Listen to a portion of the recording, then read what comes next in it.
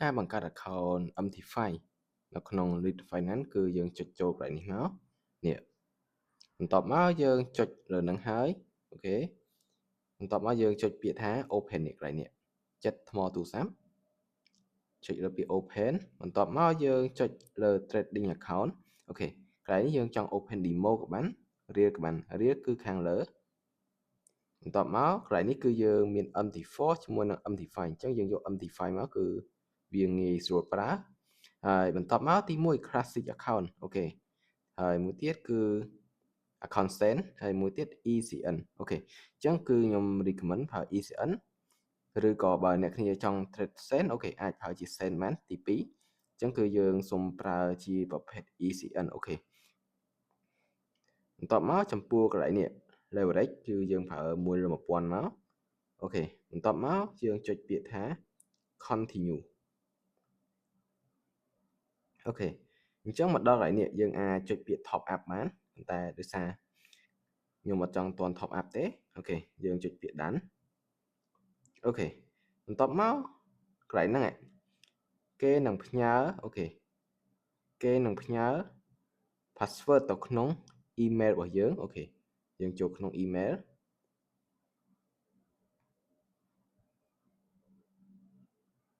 នេះគឺគេផ្ញើលេខ login ជាមួយនឹង password អញ្ចឹងយើង copy មក copy ហើយយើងចូល MT5 ហើយយើងចូលកន្លែង setting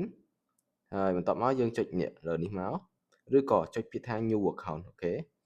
ហើយមកដល់កន្លែងនេះយើងចុចពាក្យកន្លែង search អូខេយើងវាយមក LITE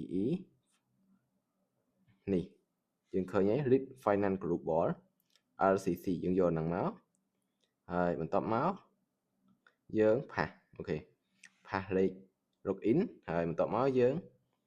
ប្រើ password ម្ដងអូខេ password អ្នកគ្នា copy អស់មកអានេះគឺ investor សម្រាប់ឲ្យគេចូលមើលហើយនេះគឺសម្រាប់យើង trade អញ្ចឹងទៅអូខេអញ្ចឹងគឺសម្រាប់ខ្ញុំ trade គឺយើងយកទី1 password ហើយបន្ទាប់មកយើងចុចពាក្យ done កន្លែងហ្នឹងសញ្ញា tick អូខេបន្ទាប់មកកន្លែងនេះអស់ហើយយើង check មើលមកឃើញទេអូខេហើយមួយទៀតគឺពីរបៀបដាក់ password អញ្ចឹងទៅពេលខ្លះយើងមាន account này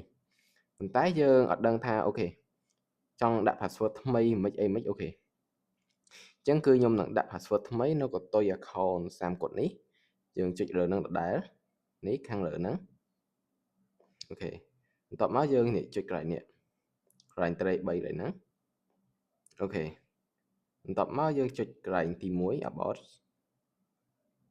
អូខេអញ្ចឹងមកដល់កន្លែងនេះគឺយើងអូសមកខាងក្រោមបន្តិចយើងនឹងឃើញពាក្យ trader password ជាមួយនឹង investor password អញ្ចឹងយើងដាក់កន្លែង trader password មកនេះហើយអូខេយើងចង់ដាក់អីគេឧទាហរណ៍ថាខ្ញុំដាក់ L អូខេខ្ញុំសុំដាក់ថ្មី LS 123 123តមកខាងក្រោមដូចគ្នា LS S 123 123ហើយចុច continue អូខេអញ្ចឹងកន្លែងនេះគឺគេទាមទារឲ្យមានសញ្ញាអូខេនេះ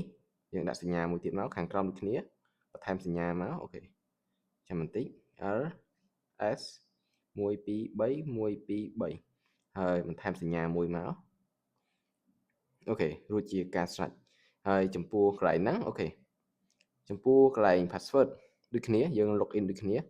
អូខេយើងចូលកន្លែង new account មិញហ្នឹងនេះ